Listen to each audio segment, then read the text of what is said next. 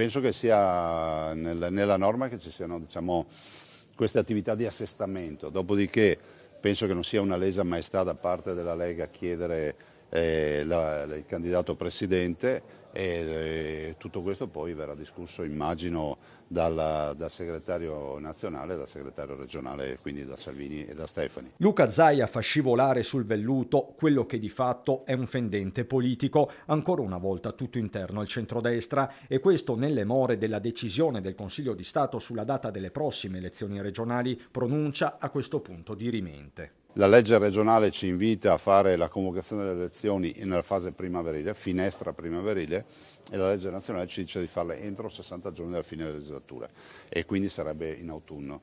Proprio per evitare ricorsi in una direzione o nell'altra è bene avere chiarezza su questo tema. Forma e sostanza si alternano, quasi si fondono, in un dibattito che sembra senza fine e che vede scintille anche all'interno degli stessi partiti. Fanno ancora discutere parecchio le parole pronunciate a Ring dal leghista Roberto Marcato, tranchant come non mai sulla riforma Calderoli. Verifico che non c'è nessuna autonomia. Sono a causa delle modifiche volute? Ma io non so, io non, ripeto, non ho la capacità politica e l'altezza che hanno gli addetti ai lavori. Io registro non è autonomia, non sto parlando della sanità, quella di non c'è nessuna autonomia, non c'è nessuna autonomia. Che autonomia c'è? Bulldog Marcato, che sempre via Ring aveva tradito un certo fastidio sulla narrazione di un Super Zaia, alimentando retroscena e articoli di stampa. Si dice sempre Zaia ha fatto, Zaia ha fatto, ma senza questa squadra Zaia avrebbe fatto molto ma molto meno.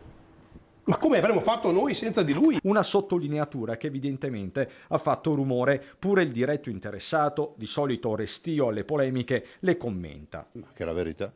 Basterebbe che voi andaste a vedere tutte le mie dichiarazioni, soprattutto quelle quando escono i sondaggi sul gradimento dei presidenti, dove io sono primo da 15 anni, ed ogni volta che dichiaro dico questo è il frutto del lavoro di una squadra, non di una persona sola. Quindi penso che sia novietà e che non ci sia nessuna novità sotto il sole. Capitolo chiuso o no, Marcato già aveva messo le mani avanti, rivendicando il suo ruolo di voce libera del Carroccio. Approfitto della sua ospitalità per dire alla dirigenza del mio partito: mettetevela via. Mettetevela via. Io, come ho sempre fatto, continuerò a dire e a fare tutto quello che reputerò giusto dire e fare. Punto. Ma se la devono mettere via.